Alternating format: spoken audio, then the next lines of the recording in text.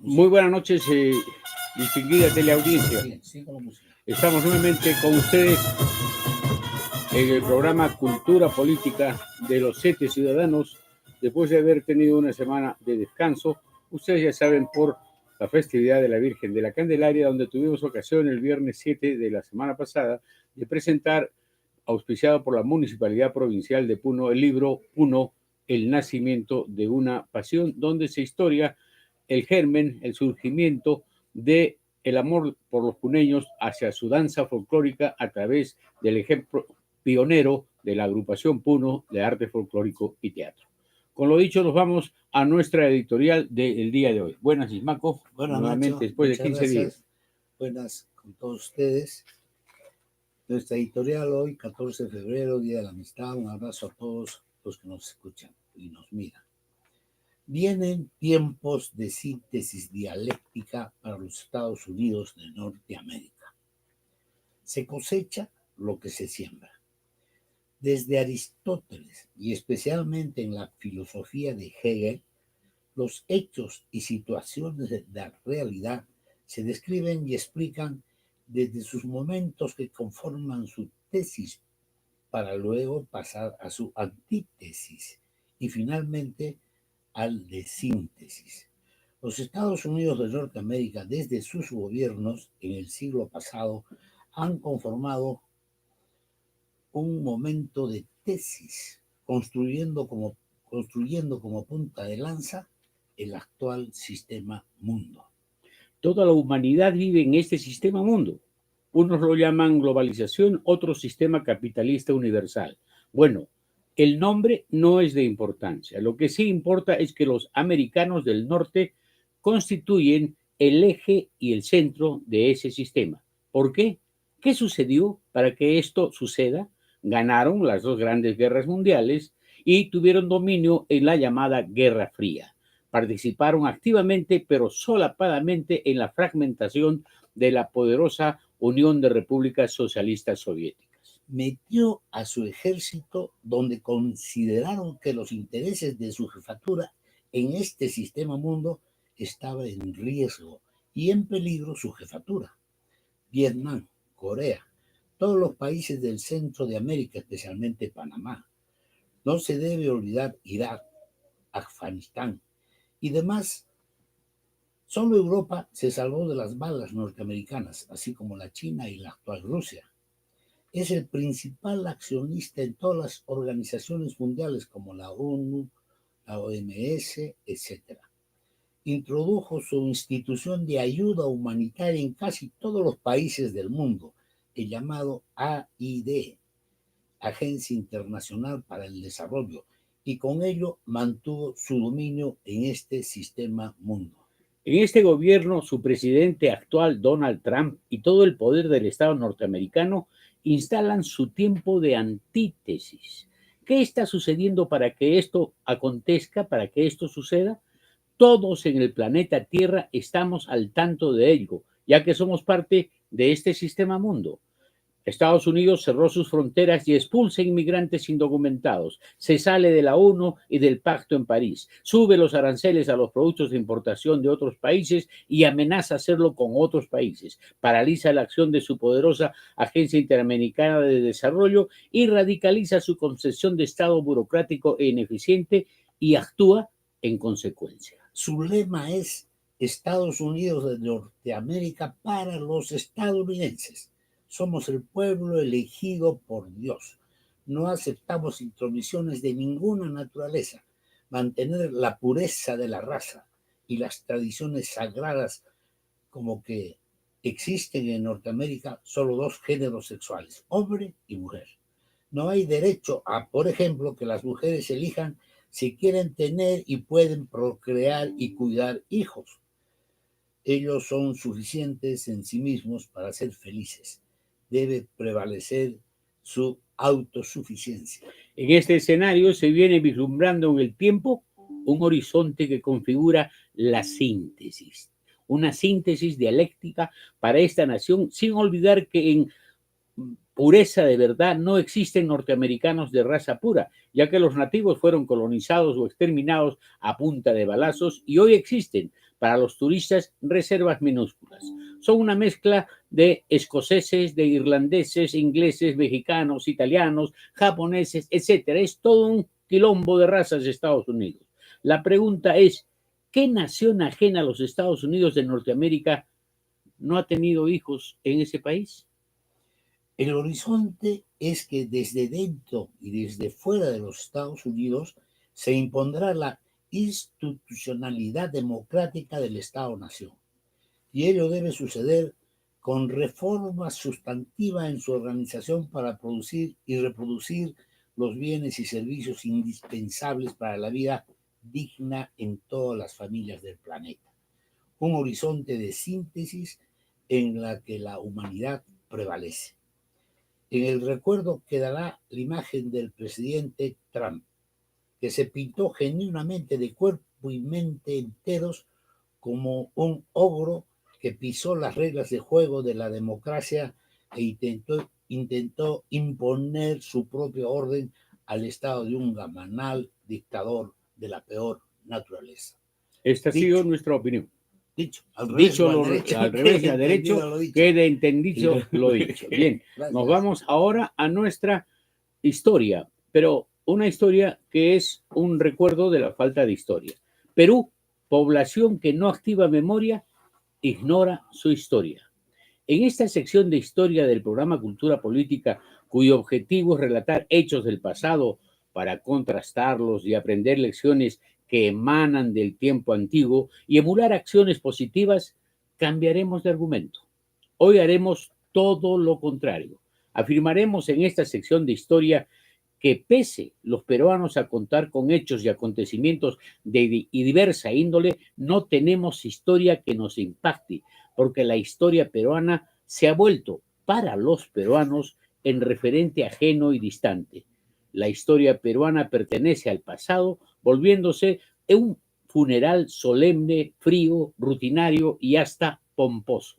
La realidad sobre las múltiples historias que sucedieron en el Perú nos informa que casi nunca hemos valorado realmente nuestra historia, así hayamos conocido o vivido varios acontecimientos positivos o negativos.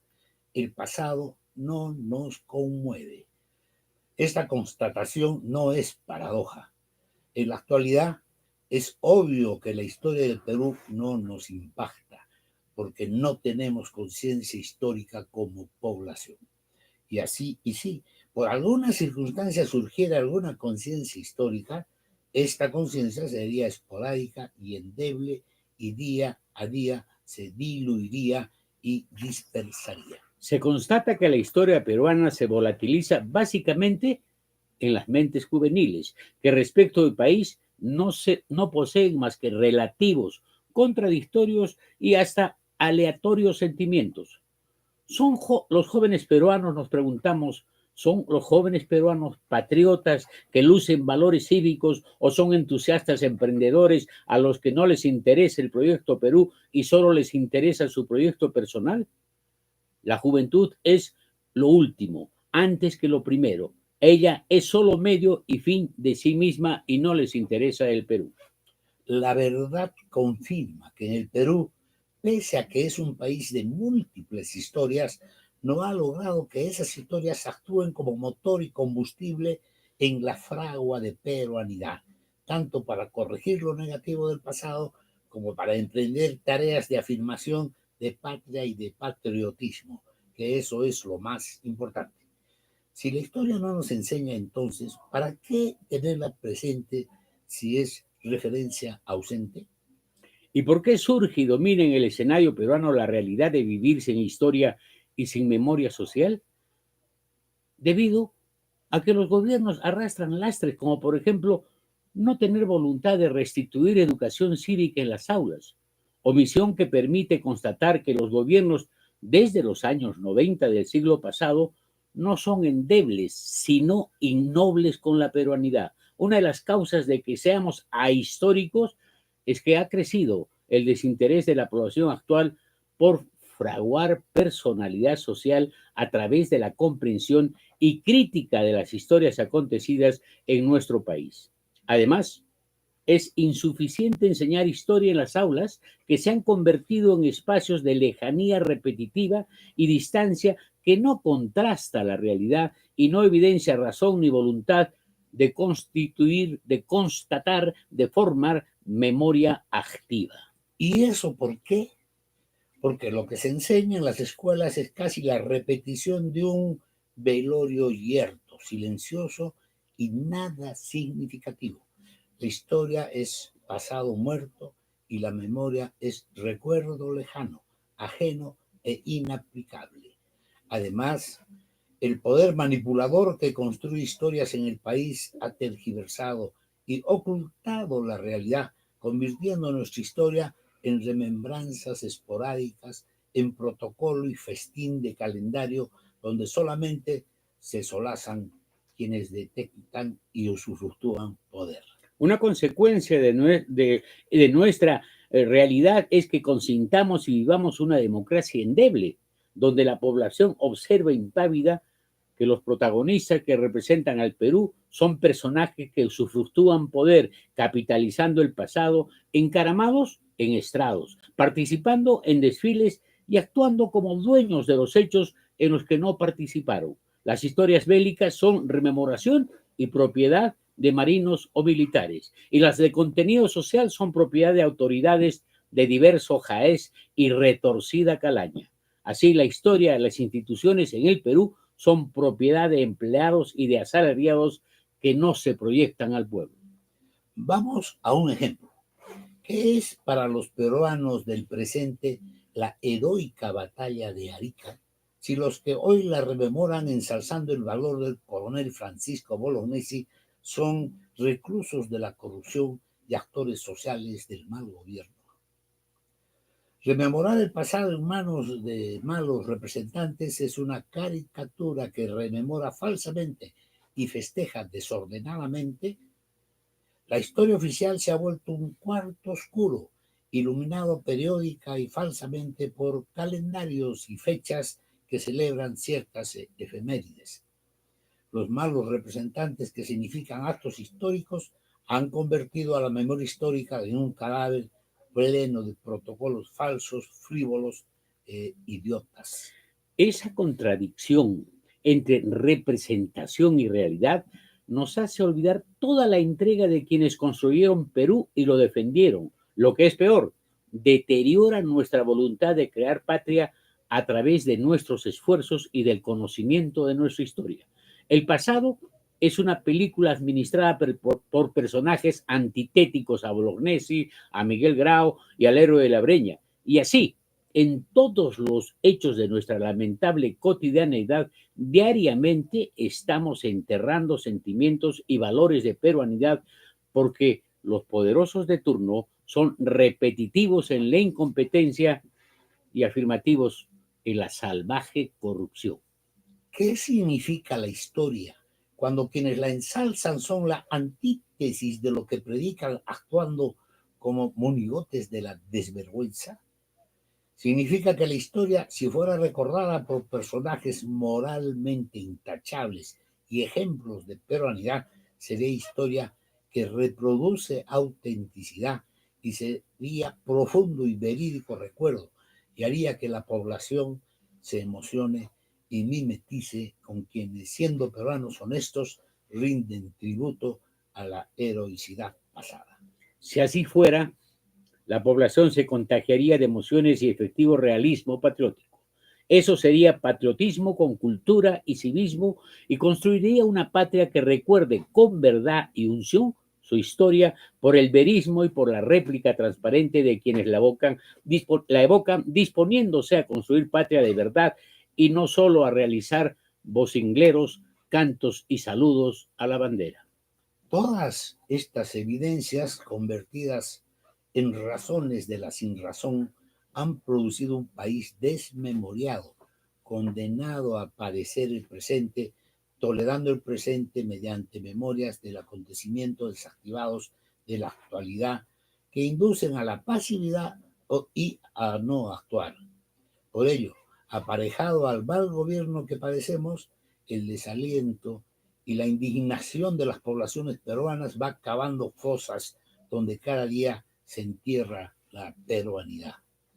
Activar memoria con historia es crucial para darle sentido al tiempo que se vive. Si no es así, la población, por su desmemoria, seguirá actuando como cómplice del presente, que a todas luces es un presente nefasto, donde la verdad no vale nada y no hay capacidad en la población para interpretar la propia realidad peruana.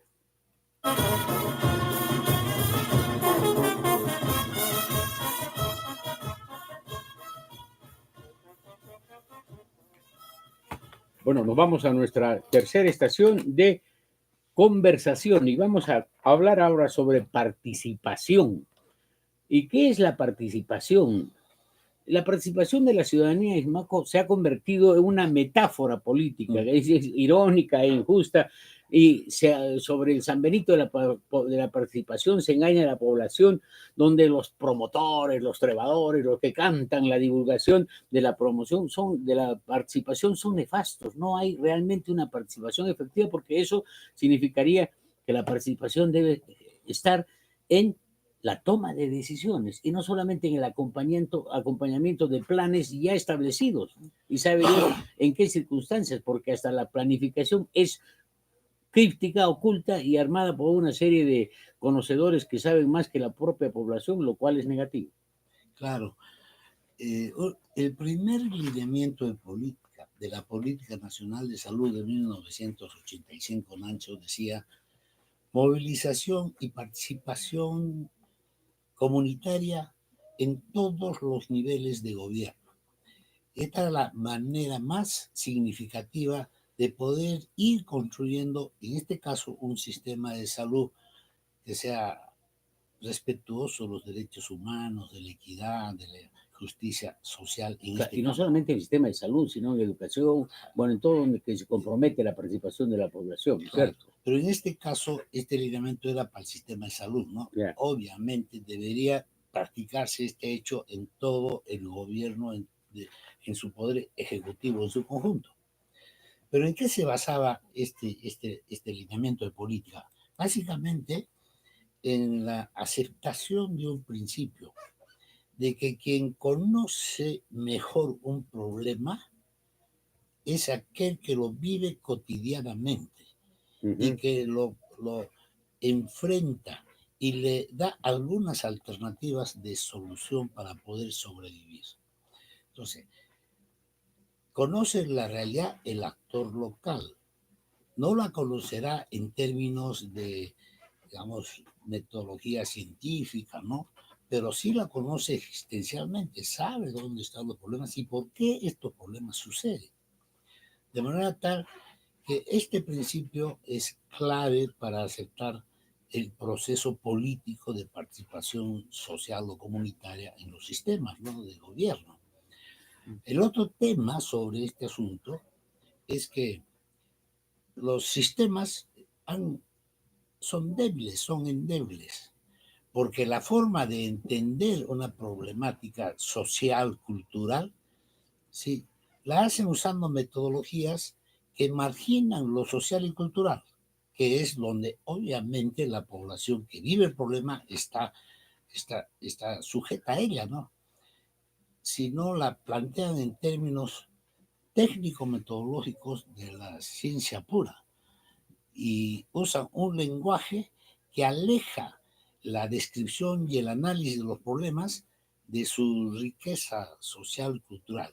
Simplemente la fragmentan. Claro. Y desde arriba plantean alternativas que obviamente no se consolida, no se pueden concretar, no encuentran el resultado. Claro. Que se espera, Ahora, ¿no? ¿es posible, Ismaco, conversar y hablar de participación en un sistema democrático tan endeble, donde se canaliza la participación para darles, por ejemplo, algunas intervenciones de orden doméstico a la población en la administración rutinaria y burocrática de programas sociales, vaso de leche, cosas de esa naturaleza, etcétera, donde intervienen y donde el mismo presupuesto participativo que ha declinado y se ha periclitado y bueno, ¡pum!, ha explosionado por la misma incompetencia de la población, por falta de ciudadanía. Ese presupuesto participativo que debería generarse para producir obras de mayor calado, etcétera, se convierte en armar una sequía, resolver un problema de asfaltado o de una escuelita, etcétera, y no un proyecto de desarrollo. Entonces, ¿es posible que en nuestra democracia haya efectiva participación de la sociedad? Sí, yo lo veo muy, muy difícil, ¿no? Si soy escéptico, diría casi imposible, ¿no? Porque lo que hay, y en los ejemplos que tú has puesto, es una participación masiva. La participación que logra cambios sustantivos en los sistemas, ya sea de salud, educación o agricultura, es aquella que tiene la connotación de ser activa.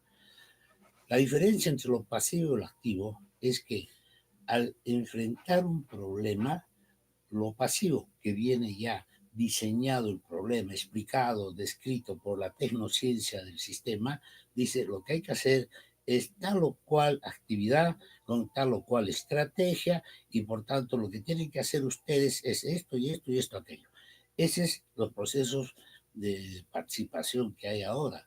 El presupuesto participativo no es otra cosa, es un conjunto de directrices en un formulario que tienen por consecuencia el desarrollo de infraestructura, o cemento, fierro, equipamiento y competencia en un formato que tienen que llenar quienes, ya sea municipios o organizaciones sociales, quieren acceder a ello. Nunca en el presupuesto participativo se ha planteado cuál es su problema y qué solución ustedes le dan desde la perspectiva sociocultural. O sea, como has dicho al principio, de conocer el problema, de saber la necesidad y sobre esa base actuar. En cambio, la participación cuando es activa, quiere decir que el funcionario, no, el funcionario ahí dice, bueno, ¿cuál es el problema que tienen ustedes? Díganlo cuál es, defínanlo, demítanlo. Y ellos lo definen, lo limiten, con diferentes metodologías. Y entonces se podría entregarse a la planificación de base, al debate, a los talleres, o sea, que la propia población esté en trance de ebullición, de entendimiento y de expectativas y empiece a plantear cosas y no reciba, como ha planteado, de acuerdo a las normativas, la directiva. Y ustedes, señores, siéntense en la carpeta y síñanse que esta participación está dirigida. Claro, entonces la participación activa es obviamente contraria muchas veces a los intereses locales o regionales, ¿no? Y tiene un temor político, yo no diría si irrazonable o irrazonable, ¿no? Pero es un temor, miedo y lo paraliza, ¿no? Entonces, ahí hay un miedo visceral e ingénito de los tres niveles de gobierno. El gobierno nacional mantiene por la integridad, la seguridad, etcétera, una serie de participaciones mediatizadas. Los gobiernos regionales igual, declinan jurisdicción o maniobran para que no sea tal, y los gobiernos locales peor. Entonces, esta participación es más declarativa que efectiva, porque yo creo no hay control social, y ese es otro problema real. Por supuesto, ¿no? Por supuesto. Y entonces, aquí hay otra consecuencia que es bien importante desde nuestro punto de vista, ¿no? Cuando en una participación se dice, tiene que hacer esto, uno lo hace porque, bueno, está obedeciendo algo en lo cual no tiene razón suficiente para creer que eso le va a mejorar su situación de vida. En cambio, cuando uno mismo plantea la alternativa y tiene confianza en ella, desde la base, la responsabilidad, en este caso social, que tiene es sustantiva, porque es una responsabilidad de vida. Nosotros estamos planteando esta alternativa y eso es lo que queremos y eso nos va a salvar. Entonces, la consecuencia es sostenible, lo que hacen es sostenible, cambia las situaciones. Y hay tantos ejemplos sobre este tema, ¿no? Claro, y por el otro lado, los consejos regionales, no se refería al consejo regional de los representantes, sino a la participación de las fuerzas vivas de la sociedad civil.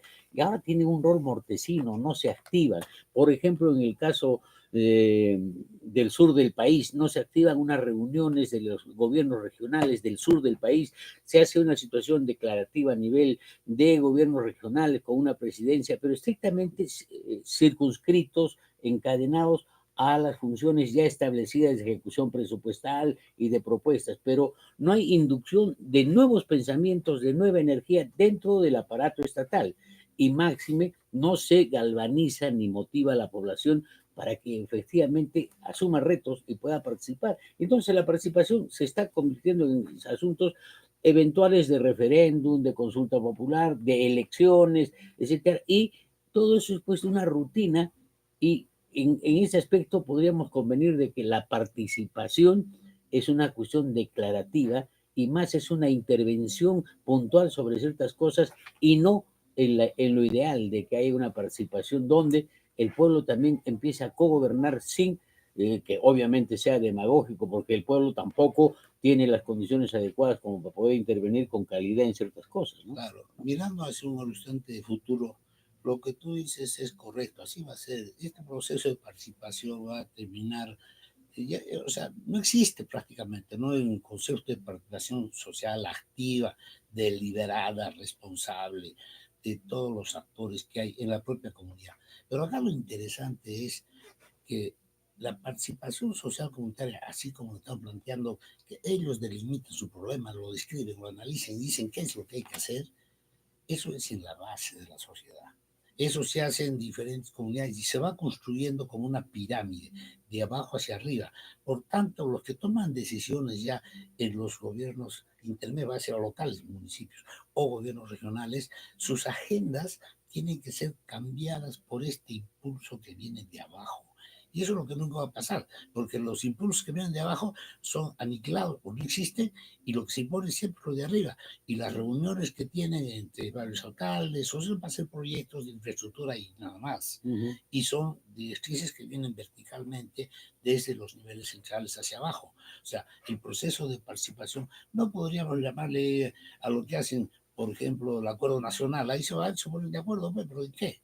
En lo que son sus Y en intereses. formalidades, ¿no? Formalidades, Ahora, sus por intereses, eso formalidades. es el Estado el único referente para construir cultura, sociedad y generar bienestar. Obviamente ya declinaba mucho el Estado benefactor, pero ahí para que haya una efectiva participación se requiere revitalizar a la sociedad civil a través de los colegios profesionales, de las instituciones educativas o de los pensadores, una mentalización diferente que induzca que desde abajo, con esta gente, se empiece a transformar nuestra realidad, ¿no? Antes había inclusive eh, profesionales del campo, jornaleros, etcétera, que tenían asuntos del agua, del riego, de la tierra, etcétera, que movilizaban y planteaban propuestas. Ahora ya ni siquiera eso se ve en el escenario, entonces hay un despierte de realidad mortecina, aniquilada por la sobrevivencia o por el individualismo de la gente, ¿no? Cada uno es como todo es acuñado hace mucho tiempo, eso, sálvese quien pueda, y no interesa la situación de valor social, ¿no? Acá hay un elemento clave que hay que, hay que plantearlo, hay que desnudarlo, ¿no? Es decir, la tecnocracia de los sistemas en que se mantiene el Poder Ejecutivo, y obviamente el Estado es el, digamos, guardián, es el que administra los recursos naturales de la nación y está obligado a satisfacer las necesidades de la población, porque Claro. está manejando nuestra plata. Nosotros pagamos impuestos y el impuesto lo maneja el Estado. Entonces el Estado lo maneja con su tecnoburocracia de arriba hacia abajo. Y acá lo grave que hay que plantear, desnudar, es que esta tecnocracia, mientras más alto está, mientras más grados académicos tiene, siente más desprecio por este proceso de movilización social, participación en el análisis de los problemas existenciales de la vida social, cultural, de salud, de educación, ¿ya? De producción, de manera tal que eso, dice, ¿qué saben si son ignorantes? No saben, no saben Sí, explicar. claro, Lo es que pasa es que no peyorativo, entienden ¿no? la explicación. Sí, los miran de abajo hacia arriba, como si fueran dioses, y los pobres o campesinos, obreros o quienes estamos ahí, somos pues ignorantes, no sabemos, ¿no? Lo que pasa es que ellos son los que no entienden una visión De diferente de la compulsar, realidad, de medir que es los verdaderos social, sentimientos de cultural, la que gente, ¿no? tiene incluso hasta mitología, que tiene sus dioses, etcétera. Eso no lo entienden. Y Ahora, por tanto imponen su criterio y eso no funciona y fracasa. ahora, la otra cosa es la informalidad, porque la informalidad es evasiva y es elusiva y no es participatoria, al contrario, es un lastre. Habiendo informalidad, no es posible conseguir participación, porque participación es civismo, es compromiso, es Es solidaridad. entrarse frente al espejo y hacer transparente y claramente el acometimiento de tareas, de responsabilidades y concertar. Es decir, ciudadanía. Eso es, entonces, primero habría que luchar para que haya efectiva participación contra la informalidad. Por Pero supuesto, ahora hay gente que está adorando, viva la informalidad porque son emprendedores, son luchadores, etcétera, ¿no? sí, Y hay ya pero voceros políticos que están fomentando y dándoles carta de representación y de un agrimán social a los claro, informales. es decir, ese es uno de los principios básicos que se plantearon desde Fujimori, ¿no? ¿Qué valor prevalece en la persona humana? ¿El egoísmo o la solidaridad? Entonces, obviamente hablan del egoísmo y un informal es egoísta porque ve solamente su negocio, su trabajo y mientras más éxito tenga o mientras menos trabas se le pongan a su informalidad, está más feliz y contento, ¿no? Pero no comparte con nadie. En cambio, lo solidario es otra cosa. Lo solidario es cómo yo no, me asumo para mí los problemas del No, otro. claro, Y entonces ese es juntos construimos visión algo. superior de las cosas. Eso ha sido parte de la historia de la humanidad, de sus inicios, Pero ¿no? eso en el Perú se ha lastrado, se ha Claro, castrado, se ha eliminado, por se ha dicho, supuesto, bueno, primero uno y después ya los demás, si es que existen los demás, y por cuando yo supuesto. soy uno y he crecido, ¿para qué me interesan los Ahora, demás? esa solidaridad, ¿cómo se mantiene? Se mantiene obviamente con una metodología participativa, en el cual todos estamos al tanto de un problema y todos tenemos nuestra propia perspectiva y visión de él y compartimos esa visión, ya sea conversando o haciendo dibujos. Yo tengo experiencia de campesinos que han dibujado su realidad de una manera extraordinaria, niños inclusive, Claro, pero en cambio, el método que usan los informales y por tanto la teoría tecnoburocrática total es eh, digamos, la comunicación vertical y como imagen horizonte el éxito individual, ¿no? claro, trabajaste tú en los años 80 y 90 el Consejo Regional de Salud, donde estaba la iglesia, estaban los sindicatos, estaban las fuerzas vivas, estaban las organizaciones campesinas, todos para más o menos tener un horizonte, una imagen objetiva respecto de hacia dónde podría lograr. Esa es participación porque tiene un trasfondo político. Sí, Y ahí se construye un edificio donde todos han puesto ideas, sentimiento y voluntad y además se comprometen. así es. Es otra manera de entender la vida y la existencia, ¿no? En quien tiene obligaciones de gobierno o no, ¿no? Y en la propia población uno tiene que animarse socioculturalmente para defender sus valores, sus creencias y sus estilos y modos de vida, ¿no?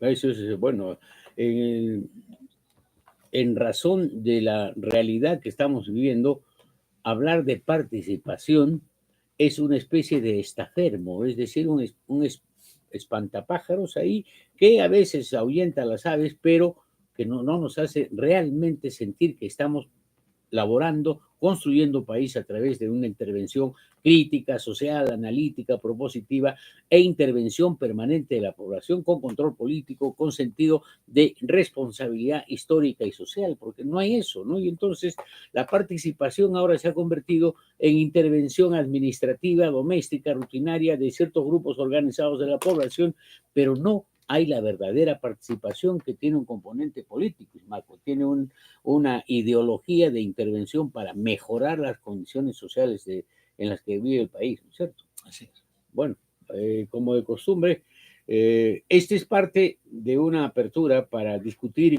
convenir en que nos falta muchísimo, estamos en pañales respecto de lo que es participación, pese a que formalmente se dice que hay participación, ¿no? Bueno, ahí estamos, nos vamos a nuestra cuarta intervención.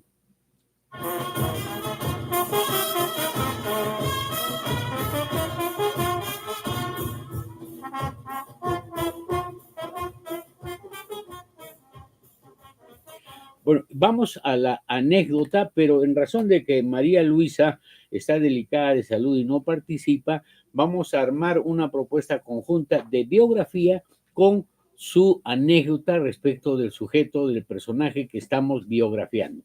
Se trata ahora de la biografía de Mariano Melgarejo.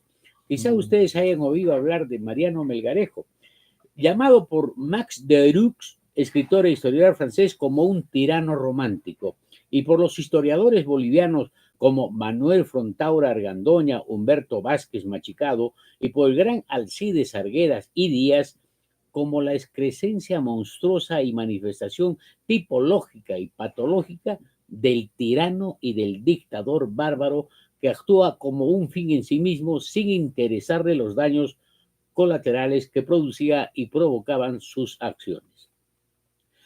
Mariano Melgarejo fue un nefasto boliviano que desde el Día de los Inocentes, un 28 de diciembre de 1864, empezó a gobernar en Bolivia y lo hizo por 6 años continuados.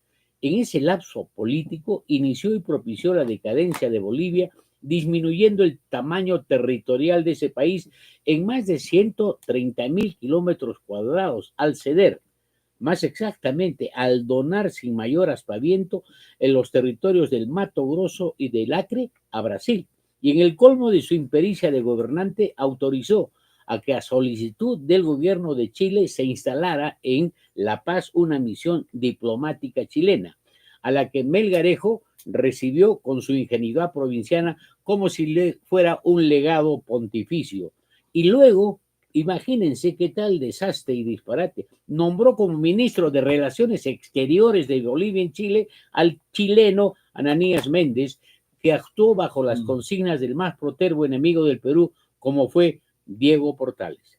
De allí empezó la debacle de Bolivia, que se dio en Antofagasta, casi soberanía a empresas chilenas para la explotación del salitre, y antes otorgó, mediante el Tratado del 10 de agosto de 1866, a casi el tercer año de gobierno de Melgarejo, 150 kilómetros de litoral al gobierno chileno. Y cuando les impuso un mayor tributo, esas empresas y el gobierno chileno se envalentonaron y vencieron, no aceptando el impuesto, pero fue el germen de la Guerra del Pacífico de 5 o 6 años después. Esta situación delineó en poder de empresarios chilenos en territorio boliviano, que luego desencadenaría, como dijimos, la Guerra del Pacífico. Bueno, en fin, era tal la altivez provocativa y el engreimiento de Mariano Melgarejo, que creyéndose único por su tamaño de grueso calibre, era un hombre alto, robusto y mujeriego cotidiano. No seducía a las mujeres, las tomaba a la fuerza. Era tan desequilibrado que a su caballo lo llamó Holofernes y lo ungió como invitado especial en todas las cuchipandas y ágapes que diariamente realizaba. A Manuel Isidoro Belzú, que fue presidente de Bolivia y que se alzó en armas para conjurar las tropelías de Melgarejo y tomó Palacio Quemado, advertido de ello, el dictador Melgarejo ingresó intrépidamente al Palacio Quemado, que ya estaba tomado, y se enfrentó a Belzú, al que le deserrajó un tiro y lo mató. Se conjuró la revuelta y la oligarquía boliviana, que fue llamada por Céspedes, a Augusto Céspedes, muchos años después, como la rosca, no dijo nada, no graznó ni cacareó, porque gozaba del auge del salitre, del auge del guano y antes de la quina. Toda similitud con el Perú contemporáneo es pura coincidencia, salvo que se cambie la fuerza bruta por las sutiles maneras de legislar de hoy en el Perú actual. Este nefasto Mariano Melgarejo nació en Tarata, a 20 kilómetros de Cochabamba, en 1820 y murió a los 51 años asesinado en Lima en enero de 1871, luego que huyera sancionado el golpe de Estado triunfante del coronel Agustín Morales.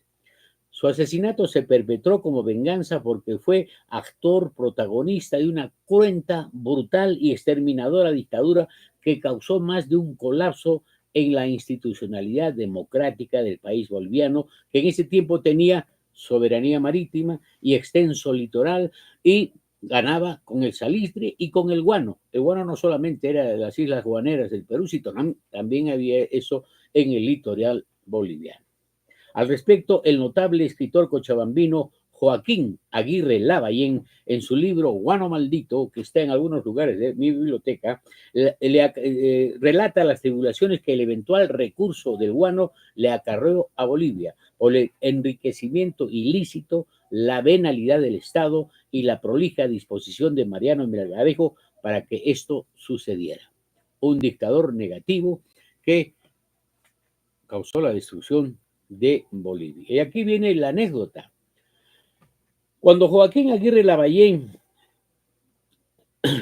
cuenta que cuando Mariano Melgarejo ordenó que desnudaran, untaran con engrudo y emplumaran al embajador británico en Bolivia, montándolo en mula para que luzca como almada vieja risible y lo expulsaran de La Paz por haber cometido una serie de disgustos, actos que disgustaron a Melgarejo, la reina Victoria, enterada de ese vejamen por boca del propio embajador, pidió un mapamundi y preguntó a sus contertulios dónde se ubica ese país. Le señalaron con puntero a Bolivia, al medio de América del Sur, y la menuda reina Victoria trazó una X en el mapamundi afirmando concluyentemente: ese país no existe. Y para Gran Bretaña, Bolivia dejó de existir. La reina Victoria, que nació en 1819 y falleció en 1901 a los 82 años de edad, gozó de un reinado de casi 63 años, desde 1837 a 1901. Construyó el edificio social, económico e imperial de Gran Bretaña. Ella se casó con su primo Alberto de Sajonia, Coburgo y Gotha a los 22 años, siendo virgen, y cuenta Jacques Chastenet en su libro El siglo de la reina Victoria, que luego de tanta abstinencia, la reina Victoria se convirtió en mujer de gran pasión física. En fin, Melgarejo fue un destructor incontinente y sin freno, y la reina Victoria una gran constructora. En este relato de la autobiografía de Mariano Melgarejo y de la anécdota complementaria, hay un símil de impericia y desgobierno y de dictadura encubierta y formalizada por las leguleyadas como las que perpetra la doña Dina Ercilia y sus diversas comitivas ejecutivas y legislativas compuestas por válidos desaprensivos. Usted lo dirá, usted lo sentirá y usted lo sufrirá. Esta ha sido nuestra biografía y anécdota del día de hoy.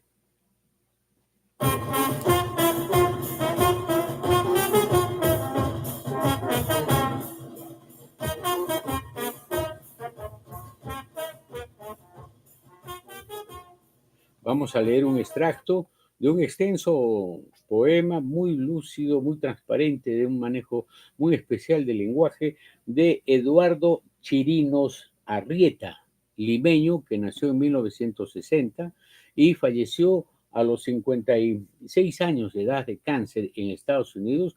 Fue premio COPE y distinguido profesor de la Universidad Católica, y después vivió como 30 años en el extranjero. Él produjo libros como Crónicas de un ocioso, Archivo de huellas digitales, Sermón sobre la muerte, El libro de los encuentros, Abecedario del agua y Ejercicios para borrar la lluvia. Aquí viene su poema Palabras para un poema sin título, Crónica de una noche de insomnio. Más o menos compatible con el sentimiento del amor tan elusivo, de la amistad tan efímera, bueno, de las circunstancias de conocimiento, ¿no? Es posible, mejor me pondré mis lentes, es posible que no veas nada, que no seas nada.